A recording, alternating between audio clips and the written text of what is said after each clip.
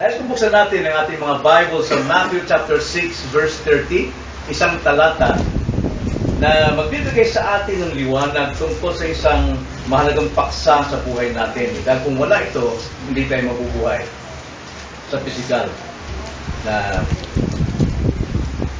katotohanan. Matthew chapter 6 verse 30, ganito po ang sabi. Kung nandyan na kayo sa inyong banal na kasulatan, okay? Ganito po ang sabi. At kung gayon, binibihisan ng Diyos ang damo sa parang, na ngayon ay buhay, at sa kinabukasan ay tatapon sa kalan. Di ba lalo niya kayong bibihisan o kayong maliliit ang pananampalataya? Ito po ang salita ng Panginoon. Tayo'y manalangin. Panginoon, salamat po na maging sa maliit na bagay, sa maliit na halaman na nakikita namin, Lord, meron po kayong pagkalinga. Kayo'y siyang nagbibigay sa kanila ng buhay at kulay, pagbibihis. Gaano pa kaya, Panginoon, ang inyong mga tao?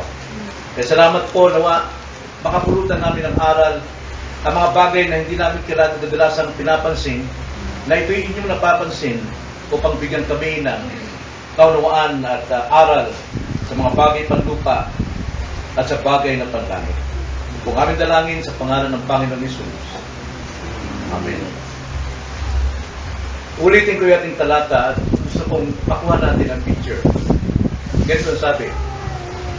Kung gayon, binibihisan ng Diyos ang damo sa parang,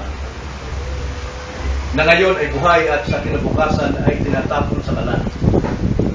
Hindi ba lalo niya kayong bibihisan? O kayong maliliit ang pananampalataya? Binibihisan ng Diyos ang mga damo sa parang. At ang damo ngayon ay nabubuhay, pero kinabukasan tinatapon na sa kalan.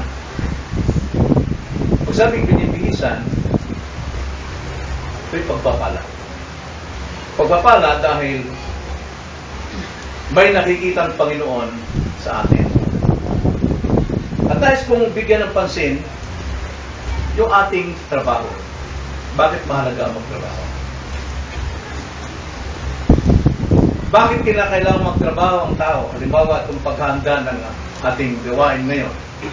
Hindi na kailangan iutos ito sa ating mga katulong. Dapat tayong mga tao ng Diyos, dapat ang kumikilos. Walang katulong at walang amo pagdating sa Panginoon. Sa bahay, marahil mayroon. Kung walang gagawa, hindi tayo makapaghanda ng ganito. Kung hindi tayo magtatrabaho, walang mangyayari sa buhay natin. At sa ating pagtatrabaho, dapat natin ang kasipagan. Kaya ang pamagat po ng ating paksa ngayong gabi, may dahilan ba para tayo magmasipag sa ating mga trabaho? Lahat ba ng tao ay kailangan magmasipag sa ating mga trabaho? Ang tanong, bakit maraming tamad? Sila ba ay nilikha ng Diyos na tamad? O mga taong nagwawalang bahala sa kanilang buhay, ayaw magtrabaho? Hindi lang tamad, kundi nagwawalang bahala. Ang layunin ng Diyos sa buhay ng tao ay magtrabaho. Hindi tayo umiral sa mundong ito para maghintay, para pakainin, kundi tayo ay magtrabaho. Sabi nga sa Thessalonians, kung isang kapatid umaasa lamang sa kapwa-kapatid, almusal, tanghalian, kakapitbahay, kung saan, mga kapitbahay, ang sabi ron, huwag pakainin, sapagkat hindi nais ng Panginoon ang mga taong tamad. Layunin ng Diyos na ang tao ay magtrabaho sapagkat ito'y kabilang sa kanyang paglikha sa atin. Kung ating papansinin sa lumang tipan, sa simula po ng buhay, simula ng mga bagay, basta natin ang Genesis, huwag natin kalimutan ang simula. Simulain. At dito nakasalalay ang ating kinabukasan kung alam natin ang simula ng ating palimula ng panahon. Na ang mga damo, nilikha ito ng Diyos. Hindi ito basta umira lang. Mayroong layunin na mga bagay, mga pananim, Lahat ng nakikita natin sa paligid, may layunin ng Panginoon. Genesis chapter 1, verse 26 and 27, nilikha ng Diyos ang tao, lalaki at babae, para sa gawaing trabaho.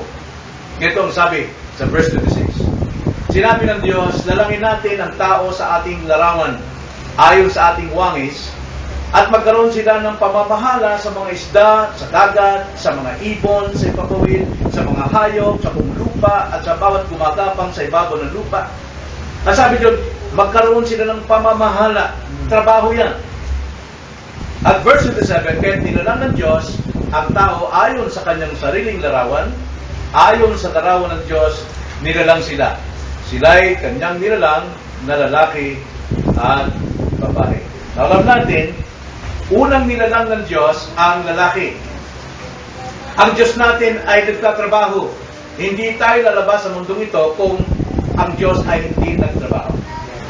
Nilalang niya una ang lalaki. Saan nagmula ang lalaki? Mula sa alabok ng lupa. Alabok ng lupa. At ang babae saan nagmula? Sa tadyang ng lalaki. Kapwa nilalang ng Diyos. Kaya sabi, nilalang ng Diyos, kapwa, lalaki, at babae.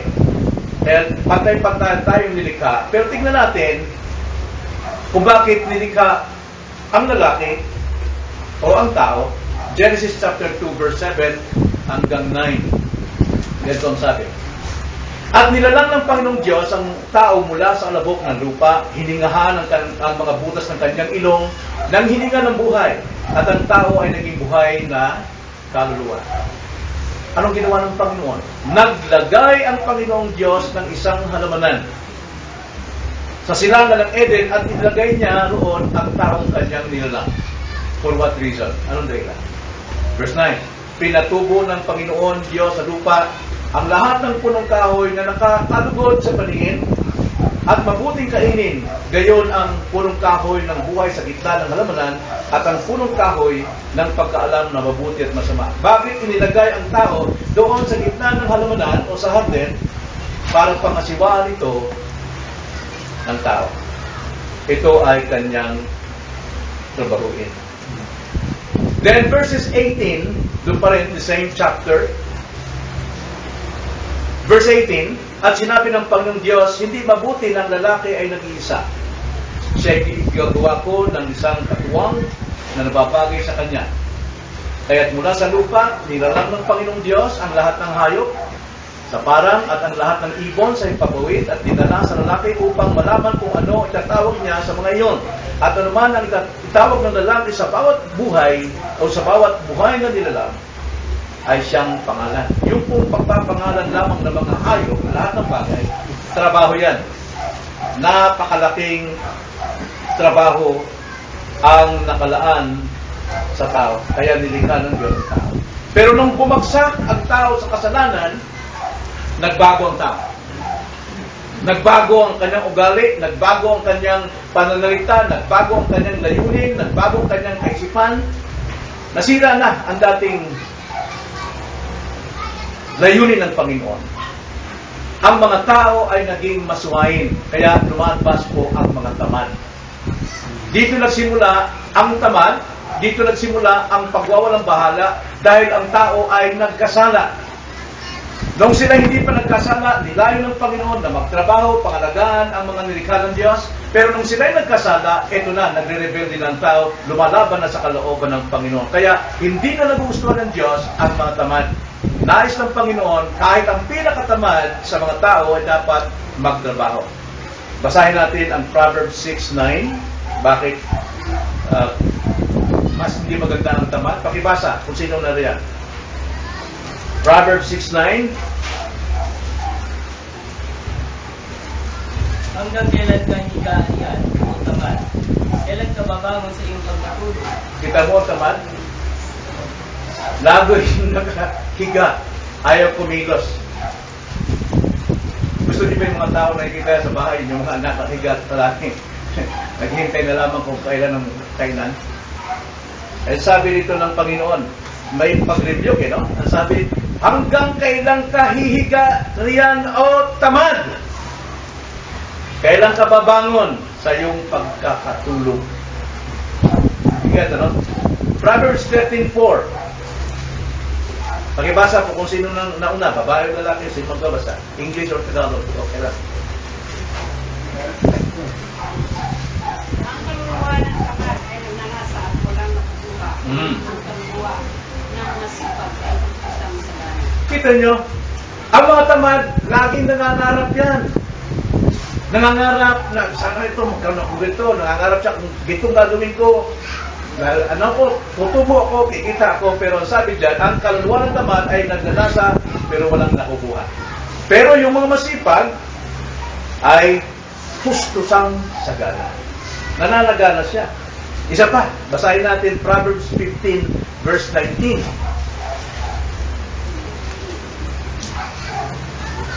Ang daan ng tamad ay napupuno ng mga dawa, ngunit ang landas ng matuwid ay isang lansangang patay. Ano yung pinapakita no? Halimbawa, mayroong isang picture natin dalawang tao. Isa pa rin may bahay. Isa, narito yung tamad. Narito naman yung isa masipag. Yung masipag, lagi niyang kinakat yung mga damo sa kanyang paligid. Patindaan hanggang doon sa kalsada. Pero ang tamad, higa ng higa lang, naghintay. Yung damo, nakpas pa sa bahay niya. Kaya hirap na hirap siyang lumabas sa pinto. Pero wala siyang makitang landas patungo sa kalsada. Kaya ang katwiran niya, ay nako, ang hirap lumabas. Ang hirap magtrabaho. Dito na lang ako matulog. Ganun pa minsan ang ugali natin. Ang mga tamad, ito yung magaling mga tuwiran. Magaling magpalusot. Mga tamad. Pakibasa Proverbs 22:13. Sinasabi ng tamad, may leon sa labas. Mapapatay ako sa mga lansangan. Pero yan. Yung mga tamad, ayoko lumabas. Bumili ka ng suka, ayoko, may leon. Baka mapatay ako dyan sa daan. Leon? Nasa gitna ng kalsada ng Pasay? Marami pong katwiran ng mga tamad. Napapansin niyo ba yun? Yung mareklamo, ito yung mga walang ginagawa. At pagka yung amo, saka lang kikilos kung lari may ginagawa. Pagod na pagod. Kami ba Pere, galing kami ng Saudi. At ang aming ina-applyan, trailer driver, truck trailer driver. Pagdating doon, minsan hindi kami naging trailer driver. Si Daniel Pere, hindi lang trailer driver, kundi rig driver siya, mga truck na ang gulong ay 2 taas ng tao, no? Lakpas pa, 5 tao pa yata. Pero ng kanyang dinadala. Tapos yung kargamento niya halos 10 building ang taas ng kanyang kargamento sa disyerto. Ako naman, minsan, truck ang gusto ko, pero pinagpamalayo ako ng forklift. Pero mapapasin nyo, mga Indiano. Ang mga Indiano, tagahigpit ng tornilyo, tagasikip. Ngayon, sabihin ng amo, magwalis ka ron. Hindi, ito yung pinirmahan kong kontrata. Sa loob ng isang taon, higpit, luwag, higpit, luwag. Kita nyo, walang asenso, talaga gutom talagang India. Bakit? Tamad. Tamad. Dahil hanggang ngayon, makita nyo, walang magandang building sa kanila. At yung mga sakyan nila, tamad din. Mga Leyland. Pag ganun-ganun yung sakyan nila pag sinakyan nila. Paano yung mga Indian na panay ganun yung Indian tango. Now, maraming katwiran ang mga tamad. Makatwiran. Ito lang trabaho ko. Higpit ng tornilyo, luwag lang. Di ako pwede magwalis, di ako pwede magmaneho ng ano man. Pero ang Pilipino, sa biyaya ng Panginoon, lahat sinasakyan. Para na mag-drive ng aeroplano. Kung gagawin, gagawin talaga ng mga Pilipino.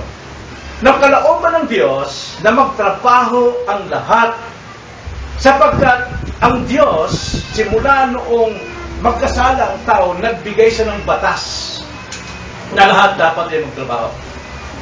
Tingnan yung batas. Exodus chapter 20. Pang-4 na batas ito. Pakibasa po Exodus 20 verse 8 hanggang 11. Alalahanin mo ang araw ng Sabat upang ingatan itong banal.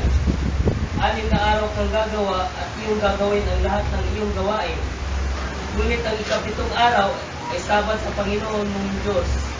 Sa araw na ito ay huwag kang gagawa ng anumang gawain. Ikaw o ang iyong anak na lalaki, ang iyong anak na babae, ang iyong alipin lalaki, ang iyong alipin babae, ang iyong baka, ang dayuhang nasa loob ng iyong pintuan. 11. Sapagkat sa loob ng 6 na araw ay ginawa ng Panginoon ang langit at lupa, ang dagat at lahat ng naroon, at nagpapahinga sa 7 araw. Kaya't binasbasan ng Panginoon ang araw ng Sabat at ginawa itong banal. Okay. Ano rong binasbasan ng Diyos at ginawang banal ng araw? Sabat. Ano yun sa ating ngayon? Linggo. Kalahin mo, yung mga taong tamad, kahit masipag, kung kailan yung araw na binasbasan at binanal ng Diyos, doon din sila nagkukumahog. Nakita niyo yung bunga ng kasalanan, rebelde. Ang utos ng Panginoon, magtrabaho lahat, 6 na araw, trabahuin. Lahat ng iyong trabaho, gawin mo. Pero sa araw ng Panginoon, sa Sabat, huwag kayo magtrabaho. Dahil ipangili ninyo para sa akin. Araw yun ng pagsamba. Pero ang ginagawa ng tao, nagtatrabaho ng Sabat. Hindi na siyahan sa 7 araw. Yun ay bunga ng pagre-rebelde. Pero pinakita natin na isang araw para sa Panginoon. Pero 6 na araw magtatrabaho.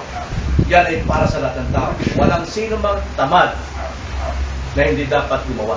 Kung siya hindi gumagawa, siya ay nagre-rebelde sa Diyos. Na gusto ko lang pong bigyan ng foundation yung ating pag-aaral na yun tungkol sa trabaho. Sapagkat sa ating text, babasahin ko muli, ganito.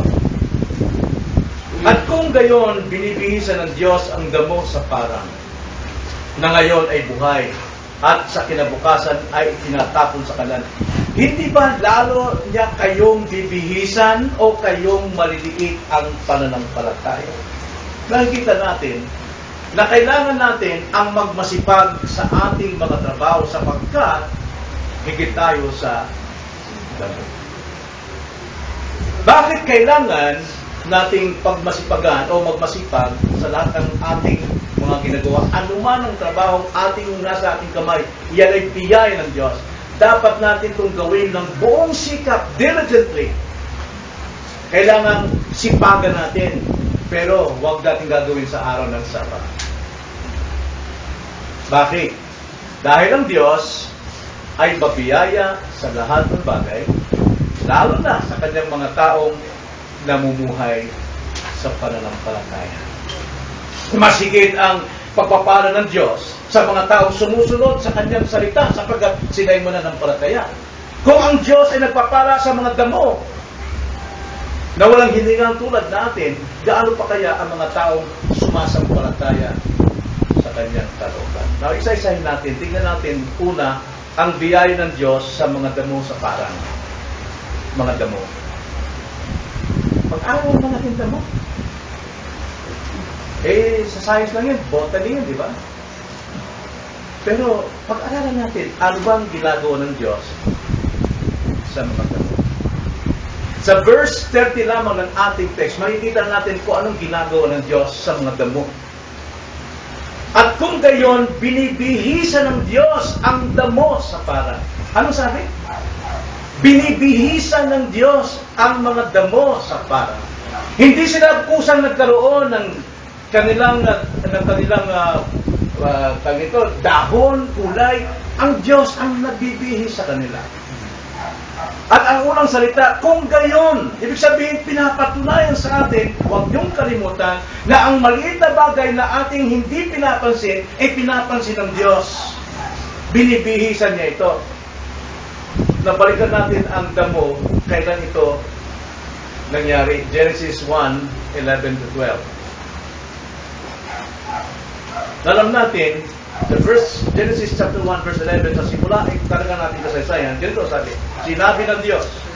Diyos mismo nagsabi, sa kanyang labi, kanyang kalooban, ginusto niya, tinlano niya, isinagawa niya. Ang sabi niya, sibulan ang lupa ng halaman, ng mga tanim na nagkakabinhi at ng punong kahoy na nabubunga ayon sa kanyang binhi.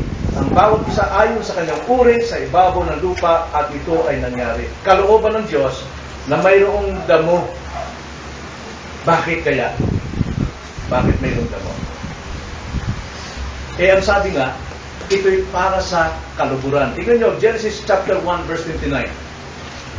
Sinabi ng Diyos, tingnan ninyo, ibinigay ko sa inyo ang bawat halaman na nagkakabinhi na nasa ibabaw ng lupa, at ang bawat punong kahoy na may binhi sa lupa, sa loob ng bunga, ang mga ito ay magiging pagkain ninyo.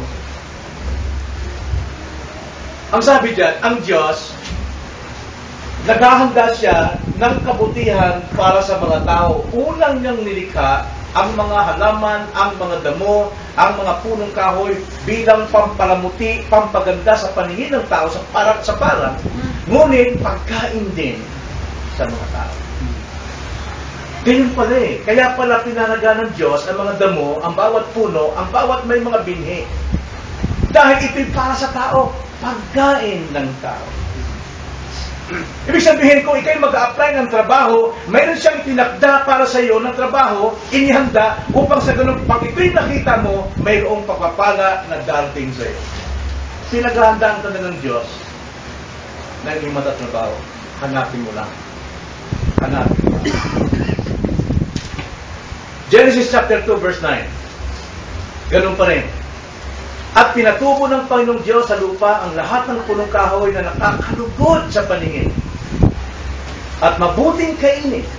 Gayon din ang punong kahoy ng buhay sa gitna ng halamanan at ang punong kahoy ng pagkaalam ng mabuti at masama. Ano nakita natin doon? Nakalulugod sa paningin at mabuting pagkain. Grabe ang Diyos, no? Kung tatamad-tamad ka, paano mo matatagpuan yung inihanda ng Diyos sa iyo na nakakalugod sa iyong paningin at pagkain ng iyong effort? Kailangan lang hanapin. Ibig sabihin dito, inalagaan ng Diyos ang mga damo, ang mga luntiang nakikita natin na napakadalang paningin para sa kapakanan ng tao. Tingnan niyo muli ang ating text. Isipin natin, para sa kapakanan ng tao. Nasabi, at kung gayon, binibihisan ng Diyos ang damo sa parang na ngayon ay buhay at kinabukasan ay tatapon sa kalan, hindi ba lalo niya kayong bibihisan? Inihandaan niyang bagay na yun para sa atin. Ay hindi dapat magtamad-tamad. Hindi dapat tatamad. Ano ba halaga ng damo? Gaya sa ating binasa, ang halaga ng damo, tumutubo ngayong buhay. Pero kinabukasan, natutuyo at tinatapon sa kalan panggatong. Walang halaga. Pero mahalaga sa Diyos para sa iyo. Anong halaga ng trabaho para sa atin? Pwedeng mawala yun, pwedeng kalisin ng Diyos. Pero yan ay inyanda para sa iyo. Hanapin mo, pagsikapan mo. At kung may trabaho ka, sikapin mo na magagawa mo itong paunlarin. Pero wala kang pagnanakawan ng Diyos na araw. Dahil walang mangyari. Ngayon sinabi sa Hageo, hala, trabaho ka ng trabaho, pasok ng pera sa bulsa, pero bukas ang inyong bulsa. Hindi mapupuno. Bakit? Tinatalikuran ninyo ang araw ng Panginoon. Para sa atin, walang halaga ang damo. Kaya nga, kadalasan, yung masasamang gawa natin o masamang tao, iniyamping lang sa damo. Kasi ang damo, buhay ngayon, bukas mamamatay. Ganun kaya ang buhay eh. Ganun din ang tao na walang pakundangan sa Diyos, walang respeto sa Diyos, walang panampalataya sa Diyos, inihamping yan. Ganyan ang halaga ng damo, wala talaga. Ganon din ang halaga ng mga taong hindi kumikilala sa Diyos. Psalms 90, verse 5 to 7. Pakibasa. Salmo 90, versikulo 5 hanggang 7. Iyong dinadala sila na parang baha, sila'y nakatulog. Kinaumagahan ay parang damo na tumutubo. Sa umaga ito'y nananariwa at lumalago. Sa hapon ito'y nalalanta at natutuyo. sapagkat ang iyong galit ang sa amin ay tumupok, at sa pamamagitan ng iyong galit, kami ay napagabag. Nakita niyo ang halaga ng damo? Doon itinulad ang mga taong hindi kumikilala sa Diyos. Hindi nagmamahal sa Diyos. Ang sabi rito, dinadala mo sila na parang baha, sila'y nakatulog, kinamagahan parang damo na tumutubo. Ganun tayo, sumisikat tayo, umuunlad tayo sa ating sarili pagsisikap, pero pag-unlad natin, hindi po yan pamamalagi. Parang damo na yung tumutubo. Gumaganda. Naniningkat, mayroong bulaklak, pero pagkahapon tuyo. Bakit? Hindi natin alam ang Diyos na ikuntunan na lahat ng bagay. Binabaliwala natin. Kaya sabi, sapagat ang iyong galit ang sa amin ay tumupok. Galit ng Diyos ang ating matatanggap. At dito rin natin iniambing sa damo ang mga taong hindi nagpapalaga sa salita ng Diyos. Nakita nyo ngayon kung gaano kahalaga, anong mensahe nakikita natin sa damo. May mensahe ito sa atin kung wala tayong pagmamahal sa salita ng Diyos. Tingnan nyo, Isaiah 40 verse 6 to 8. Isaiah 40 verse 6 to 8. Pakibasa. Sinasabi ng isang piling, ikaw ay dumaing, at sinabi ko, ano ang aking idadaing? Lahat ng laman ay damo, Adlaw ng tao, damo. at lahat niyang kagandahan ay parang bulaklak ng para. Ang damo ay natutuyo, at ang bulaklak ay nalalanta. Kapag ang hininga ng Panginoon ay humihilig doon, tunay na ang mga tao ay Verse ang damo ay natutuyo, ang bulaklak ay nalalanta, ngunit ang salita ng ating Diyos ay mga malaki. 8. Yun! Yun ang katotohanan. Ano mang pagsisikap natin sa mundong ito, matulad ba tayo sa damo? Napakaganda. Tingnan yung damo dyan sa May Quiapo. Anong lugar yung bilihan ng mga damo, ng mga corona at mga patay? Ha? Damwa. Di ba? Libo-libo, 10,000 isang paso. Ganon katindi ang mahal nito. Ganon din ang isang taong umuunlad na walang Diyos, na walang salita ng Diyos. Napakahalaga mo, mabango ka sa mga tao, pero hindi mo alam, mamamatay ka mamaya. Dahil ang Diyos ang may hawak ng buhay mo. At kung ikaw ay mayroong pagmamahal sa Diyos, sinusunod mo kanyang salita, maaaring tumagalta ang buhay mo. Hindi tulad ng damo. Kaya ang sabi nito sa verse 8, ngunit ang salita ng ating Diyos ay mamamalagi magpakilanman. Kung ang salita ng Diyos na sa atin, at ang salita ng Diyos ay mamamalagi din tayo kasama niya. Kaya ang isang taong walang pagmamahal sa salita ng Panginoon, diyan ikinukumpa. Nakita na natin ang halaga ngayon ng damo. Ganun tayo eh. Pahalagaan natin ang ating buhay sa mundo ito dahil ngayon sumisibol tayo, bukas tuyo na tayo. Wala tayong may pagmamalaki. Wala tayong may pagmamalaki. Pero ang Diyos, ang mga damo hindi na pinabayaan. Tingnan nyo ang sabi sa Lucas 12:28. Lucas 12:28. Pakibasa po.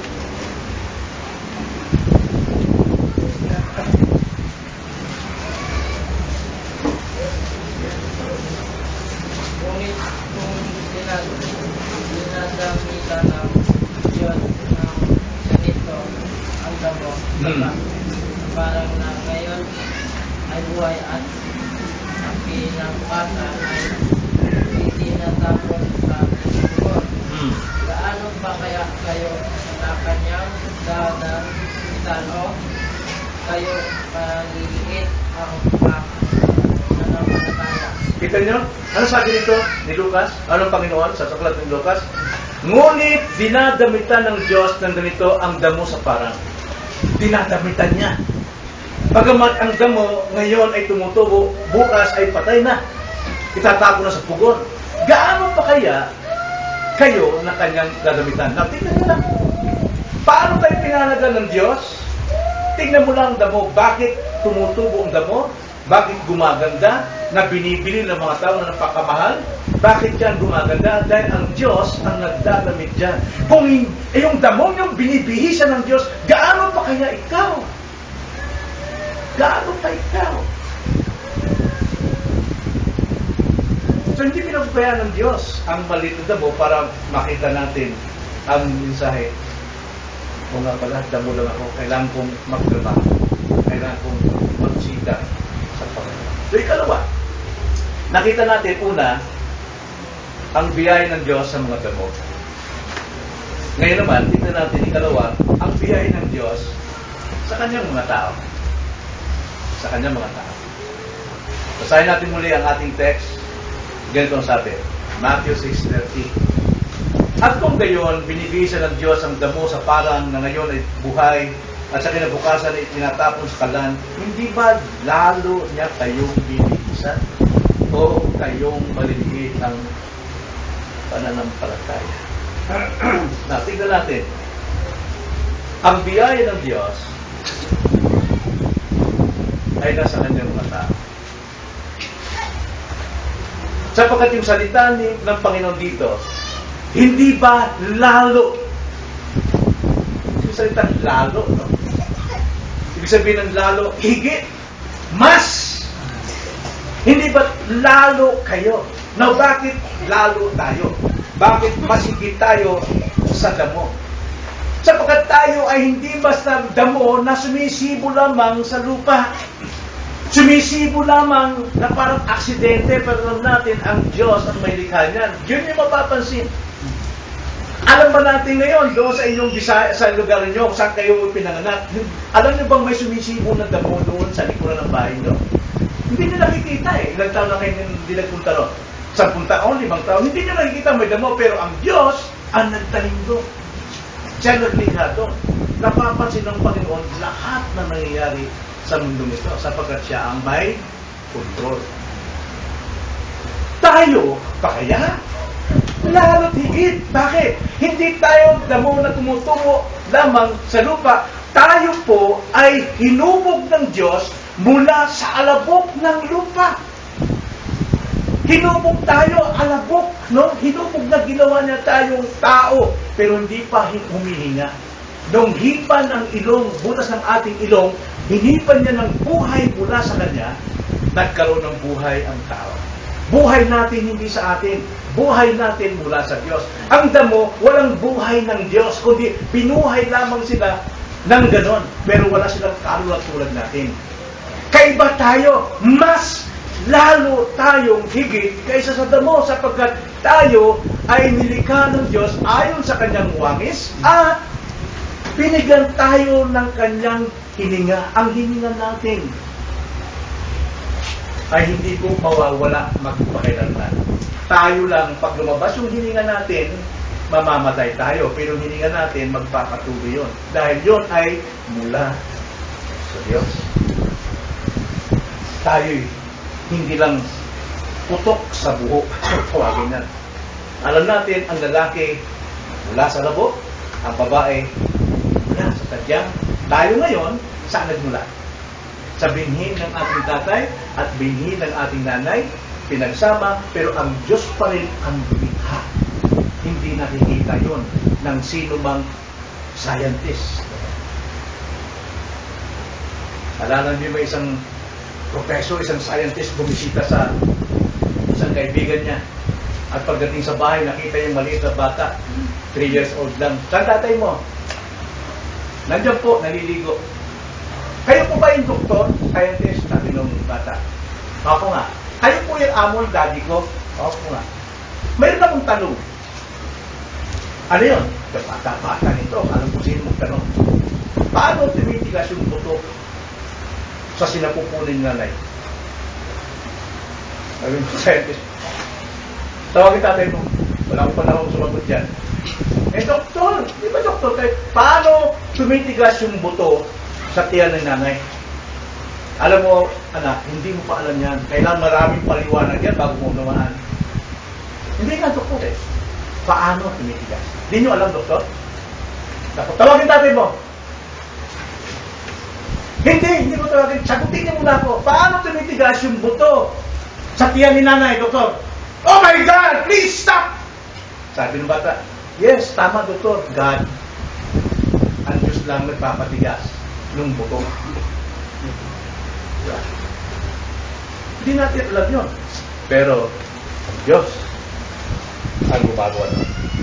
Ngayon, tignan natin ang biyaya ng Diyos sa mga masisipag. Alam na natin yung sumpa ng Panginoon sa mga tamad. Walang kinabukasan mga tamad. Pero tignan natin ang biyaya ng Diyos sa masisipag magtrabaho. Balikan natin muli ang ating text sapagkat andyan po andyan. Okay. Hindi ang sabi sa text natin, Matthew 6:30. Kung gayon, binibihisan ng Diyos ang damo sa parang na ngayon ay buhay at sa kinabukasan ay itatapon sa kalan. Hindi ba lalo na kayong bibihisan? O kayong maliit? Ang pananampalataya. Ang sikreto ron, pananampalataya. Now, isa-isahin natin. Ang sabi ng Panginoon, o kayong maliliit ang pananampalataya. Hindi sinabi ng Panginoon na wala kayong pananampalataya. Kundi ang sinabi, maliit ang inyong pananampalataya. Now, para may sagawa natin na may kasipagan ang lahat ng ating ginagawa, hindi natin kailangan ng malaking pananampalataya. Number one na dapat natin pagsikapan sa buhay natin na hindi kailangan ng malaking pananampalataya ay yung pananampalataya kay Kristo sa kaligtasan. Dapat natin trabahuin yun. Bagamat ang kaligtasan ay hindi gawa ng tao, walang bahagi ang tao, pero ang Diyos ang gumagawa ng ating kakayanang sumampalataya at magsisi, gawin natin ng buong puso ang pananampalataya at pagsisisi upang maligtas. Hindi sinabi ng Panginoon dito na walang pananampalataya, kundi maliit ang pananampalataya. Marami pong pagkakataon na sa mga alagad ng Panginoon, ganoon ang review ng Panginoon sa kanila. Nasaan? Maliit ang inyong pananampalataya. Halimbawa na lamang, tingnan muna natin ito, Matthew 6:26. Matthew 8:26. Pakibasa nga, sino ang babasa doon? Sinabi niya sa kanila, bakit kayo natatakot o kayong maliliit ang pananampalataya? Kaya't bumangon siya at sinaway ang mga hangin at ang dagat at nagkaroon ng lubos na kapayapaan. Bakit sila natakot? Bakit nakita ng Panginoon maliit ng pananampalataya? Natakot sila sa unos, itong mangingisda. Sila yung mga champion ng fisherman, mga mangingisda. Pero nung dumating yung unos sa gitna ng dagat, ay natakot sila. Grabing unos yun, grabing alon yun. Ngayon lang nila naramdaman nila yun. Pero kasama nila ang Panginoon. At sila sumigaw, tulungan mo kami, Panginoon. Kaya sabi ng Panginoon, bakit kayo natatakot? Ay liit ng inyong pananampalataya. Hindi sinabing wala kayong pananampalataya. Maliit. Kahit maliit, kung ito'y ginamit nila, nagtiwala sila na kasama ang Panginoon, pala'y kung di sila matatakot.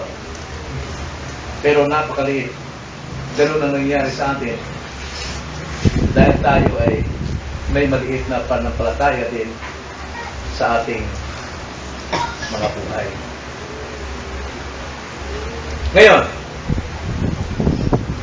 mayroon pang pangyayari sa banal na kasulatan na ganun din ang sinabi ng Panginoon sa kanyang mga alagad. Tulad ni Pedro. Pakibasa ang Matthew 14:31.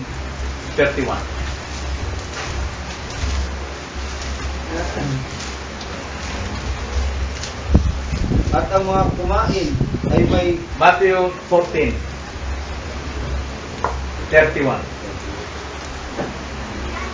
inabot kaagad ni Jesus ang kamay niya at hinawakan siya na sinasabi sa kanya, o ikaw na maliit ang pananampalataya, bakit ka alinlangan? Bakit ka nag-alinlangan? Okay. Alam natin ito si Pedro, gusto niyong tularan ng Panginoon na lumakad sa dagat. Right? Sa bagyo. Pero nung makita ni Pedro na Panginoon yon, sabi niya, utusan mo Panginoon pumunta dyan at lumakad din sa ibabaw ng dagat. At sabi ng Panginoon, sige, halika. Mayroon siyang pananampalataya. Nung lumakad sa dagat, kita niya, parang salamin lang yung dagat Pero nung makita niyo yung mga alon, malakas na hangin at alon, hindi umandar yung pananampalataya. Lumubog siya. Pero nung sumigaw siya, tulong! Hinabog siya agad ng Panginoon. At sabi ng Panginoon, napakalit ng iyong pananampalataya. Now, sa simula lang, napakalit pa ng pananampalataya ni Pedro, pero gumagana. Pero sinabi ng Panginoon na wala siyang pananampalataya. Na, dito ngayon ang susukan ang ating pananampalataya. Alam natin, itong Matthew 6 ay nagtatapos sa verse 33.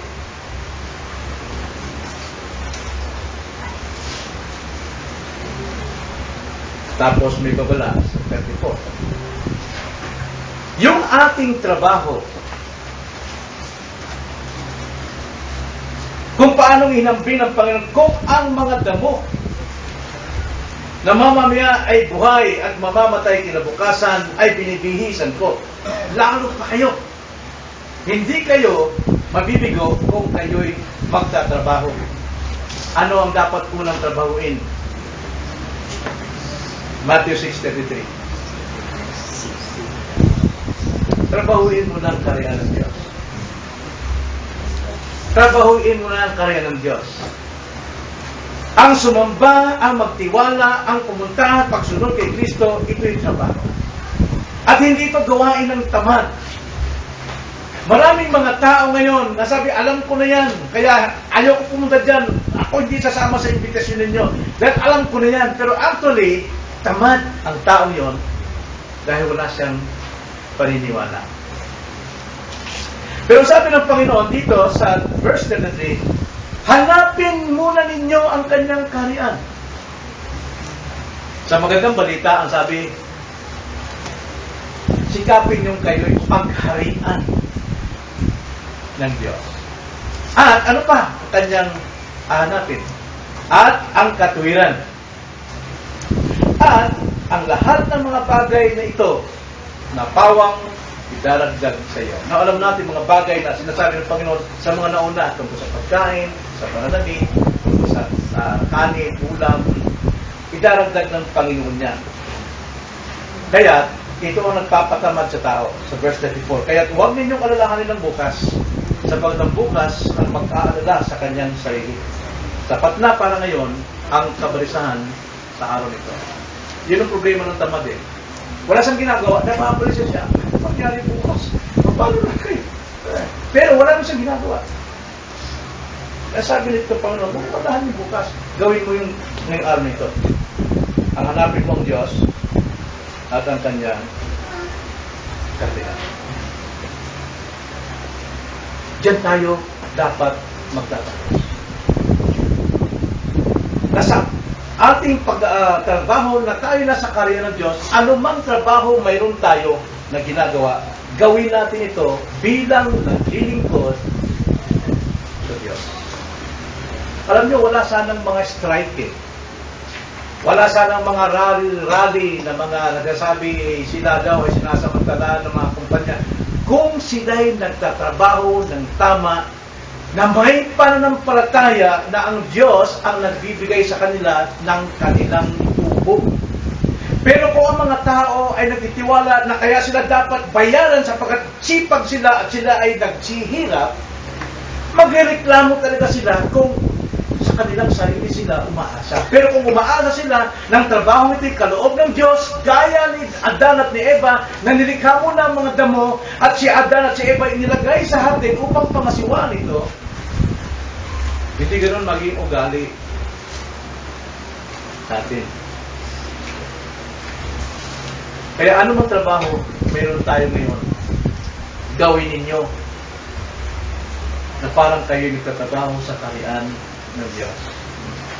Maging matwid kayo, alisin yung pandaraya, alisin yung panlalamang, alisin ninyo ang masasamang ugali kapag kayo ay nasa trabaho. Dahil kung hindi yan nagpatatrabaho sa kaharian ng Diyos. Kung ikaw ay empleyado, magpasakop ka sa iyong employer. o ikaw employer, dapat mong mahalin ang iyong empleyado sapagkat ikaw ay mayroong higit na employer. Walang iba kundi ang Diyos.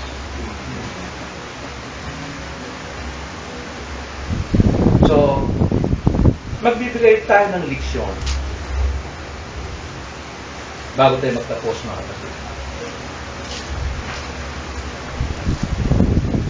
4 na talata gusto kong basahin natin.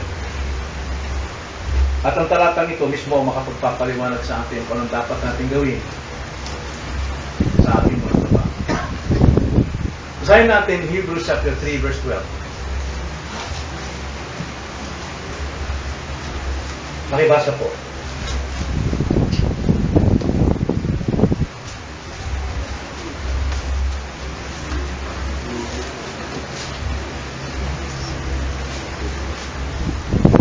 Hebrews chapter 3 verse 12. Sige, pakibasa. Mga kapatid, mag-ingat kayo na walang sino man sa inyo ang may pusong masama at walang pananampalataya na naglalayo sa buhay ng Diyos. Okay. Ang sabi dito na may akda ng Hebreo sa mga kapatid, sa mga mananampalataya. Ingatan ninyo sa inyong samahan, di ba ka mayroong masamang puso at walang pananampalataya? Sapagkat kung walang pananampalataya, tiyak taliwas yan sa iyong prinsipyo. Maaari siyang magnakaw, maaari kang nahiyahan, umuwi ng maaga, pumasok ng late, pero mayroong tagapante. Naglalayo ito sa buhay ng Diyos. Kaya ang aral na sinasabi rito, ingatan natin, hindi lang puso ng iba, kundi ang ating ding puso. Baka sumasama na at nawawala ng pananampalataya at hindi mo nalalaman na lalayo ko na sa Diyos. Baka ang buhay natin ay tulad sa tamad. Nagre-rebelde kahit araw ng Panginoon. Kinukuha pa rin niya para sa kanyang sarili. Nalalayo sa Diyos. Ikalawa, Proverbs 12:24.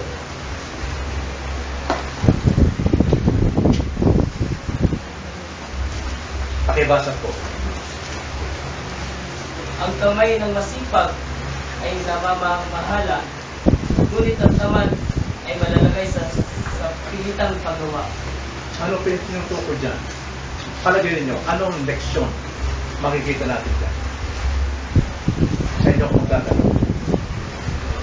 Ano ang sinasabi dyan? Tungkol sa isang taong masipag, saan siya hahantong? Ha? Mamamahala. Kadalasan talaga sa mga sipag maliban na sa mga sip-sip, no? Nakakuha ng pwesto kaya sip-sip pero tamad talaga yun. Pero ang taong masipag, kadalasan mo, kikita mo sila yung supervisor, sila yung mga operation manager, gano'n. Masipag sila. Pero, ang tamad, ang sabi, ang isang tamad, malalagay sa pilitang paggawa. Masama palagi loob niya sa trabahong hawak-hawak niya. Wala siyang kakontentuhan. Dahil bagamat siya ay nagtatrabaho sa pilitan talaga, pero ang puso niya napakatamad, walang pananampalataya. Nang kanyang ginagawa niya ito para sa Panginoon. Kung ang puso lamang natin puno ng pananampalataya, anumang trabaho mayroon tayo dyan. Kung ikaw'y naglalaba, hindi papagsak ang mga nilalabahan mo. Kung nagwawalis ka, hindi sinasampal mo yung mga base mo dahil masama ang loob mo. Bakit? Ganito na lamang ko palagi. Matanda na ako, walis pa rin walis, dumi naman dumi. Pero kung ginagawa mo yan, na may pananampalataya, hindi ka gagawa ng sapilitan.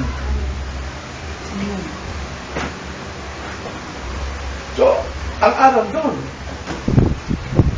tamad ka. Wala kang pananampalataya. Ikatlong talata, 2 Timothy 2:5. Dalawang Timoteo, Kabanatang 2, talatang 15.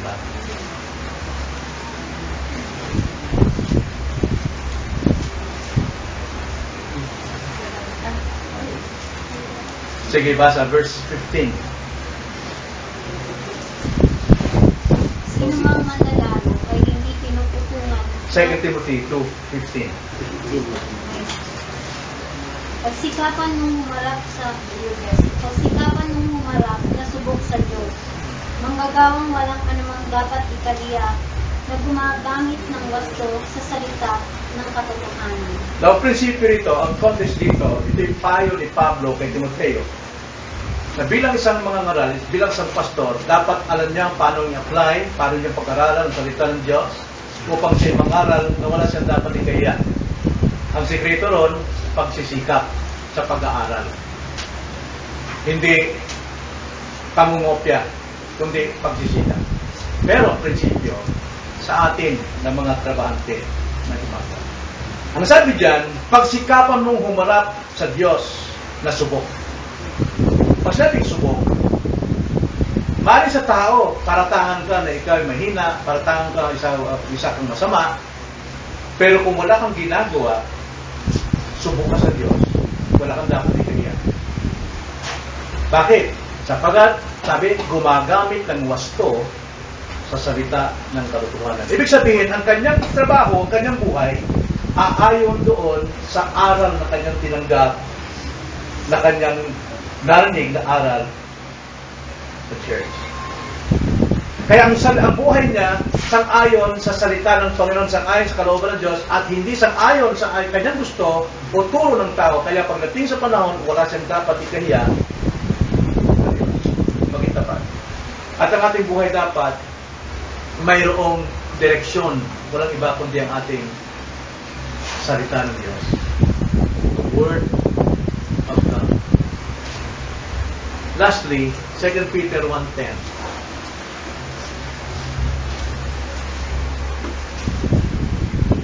Kaya mga kapatid, lalong pagsikapan ninyo na patatagin ang pagkatawag at pagkapili sa inyo, sapagkat kung gawin ninyo ang mga bagay na ito, hindi kayo matitisod kailanman. Yun. Alam nyo, marami sa atin tisod. Ano ibig sabihin tisod? Sa English yan eh, offended. Madali sa atin ang mapika. Sabihin, madali tayong mainis. Madali tayong bumigay. Bakit? Nakakalimutan nyo na kayo'y Kristiyano. Nakakalimutan ninyo na kayo'y tinawag. Na kayo'y pinili ng Diyos. Akala ninyo, kayo ay isang tulad lamang ng makasama ninyo na hindi Kristiyano. May kasabihan tayo, ang magnanakaw, galit siya. Ang sinungaling, galit siya. Ang gwapo, galit siya kapwa. May selos, no? So, ibig sabihin dito, sa ating ginagawa, lagi nating lagay sa ating puso na ang walang hanggan, gamit sabi sa Ecclesiastes, ang walang eternity ay nilagay ng Diyos sa puso ng bawat mananampalataya. Ikaw ay hindi karaniwan. Kung ikaw ay pinapakitaan ng masama na yung kapwa at ginantihan mo, wala kang pagkakaiba sa kanya. Pareho lang kayo. Pero kung pinapakitaan mo siya ng ugali dahil tinityak mo na makita nila na ikaw isang Kristiyano, ikaw ay tinawag, ikaw ay pinili, mapapaya. Yun ang sikreto sa buhay natin. Saan man tayo naroon, saan man lugar, sa Quiapo, natapakan ka maroon, pero pairan natin paging Kristiyano. Pagsikapan ninyo na patatagin ang pagkatawag at pagkapili sa inyo. Sapagkat hindi ka makikisod anuman ang dumating sa iyo. Maring mabigla ka, natapakan ka, natulak mo siya, ay sorry po. Ganun kadalasan, di ba? Ba't ka ganyan? Ay sorry talaga, nabigla ka. Hindi eh. Pagka hindi mo laging dala yung eternity sa puso mo. Pag nabigla ka, tama ka talaga. tao, may pinag-aaral ka ba? Tuloy-tuloy na, no? Pero kung ating pagsikapan, patatagin ang ating pagkakatawa, madali tayong mabuhusan ng gabi. Hindi tayo matitisod. Magiging magandang patuloy tayo sa mga tao. So nakita natin na bawat kilos natin, lahat ng trabahong ginagawa natin, mas pinalaga ng Diyos kaysa sa mga damo lamang. Pero kung pinalaga ng damo rin, anong Diyos ang damo na ngayon buhay at bukas sasalang na sa apoy, masigit tayo na dapat makitaan na magandang karto. Binibihisan niyon ng Diyos ang damo, lalo kang niyang bibihisan. So sumakapit, ang damo hindi nagtatrabaho. Pero binibihisan ng Diyos, gaano pa kaya ang mga taong nagsisikap magtrabaho para sa kanyang kapurihan? Di ba? Lalo pa tayo kanyang bibihisan. May dahilan ba para tayo magpasipag? Yes. Para sa kapurihan ng Diyos. At para sa ating karanasan. Tayo na natin.